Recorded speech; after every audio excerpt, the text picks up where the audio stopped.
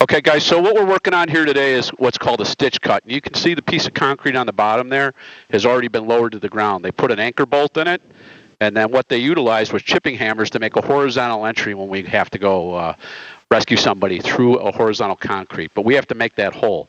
Do either of you guys know why we make a triangle instead of a square? Is that for bracing? Yeah, we don't have to use any shoring, right? It's the strongest shape that there is in concrete, so we don't have to use any shoring or across the sides or across the top. So if you remember this, like for your whole career, anytime you make horizontal movement through concrete, you always want to cut a triangle. So what we're going to do here now is I just want you guys to work on some of these other holes and get the practice of chipping. You can see on this one here, they started from the outside in and then worked the gun through to the back, okay? So at a large-scale disaster, you have to share tools, and this might be the only thing you have is a chip and hammer. So go ahead and just working from the outside in and chipping some of that concrete and making the hole bigger. We want the hole big enough for what, Mason? Why do we want? What do you think? Through or a person through? Get a person through or get a rescuer through, right? And then we can make that hole bigger after we get a rescuer through there to provide first aid or any rescue assistance to the victim that's on the inside. So go ahead and start working, Keith. Go ahead and make that hole bigger for me.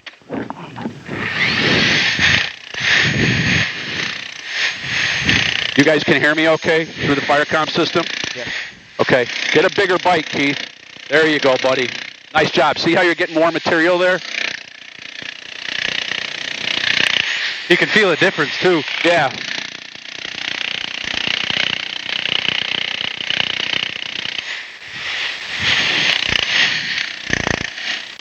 Good. All right, let's give Mason a shot. Mason, jump in there. Have you done this before? No.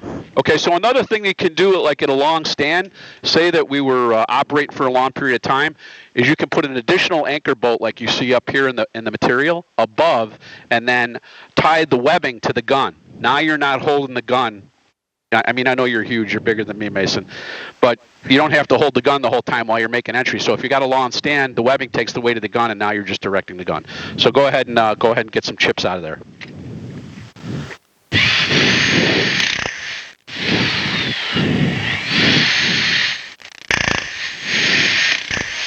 Have it more of an angle. There you go. There you go, right? Just like that, Mason. Good. So, hey, buddy, so once you get a bite, look at me.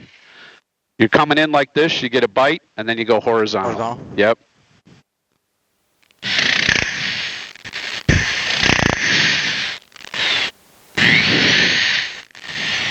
You got to put pressure on the gun for the gun, so you got to put back pressure. There you go.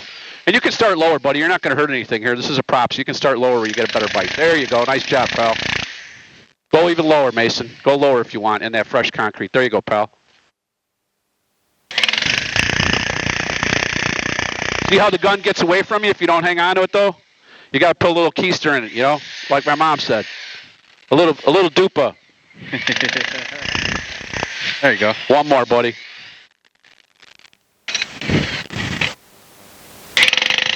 All right, pal, good job. Why don't you stop there? I don't want you to fall off the edge and get hurt.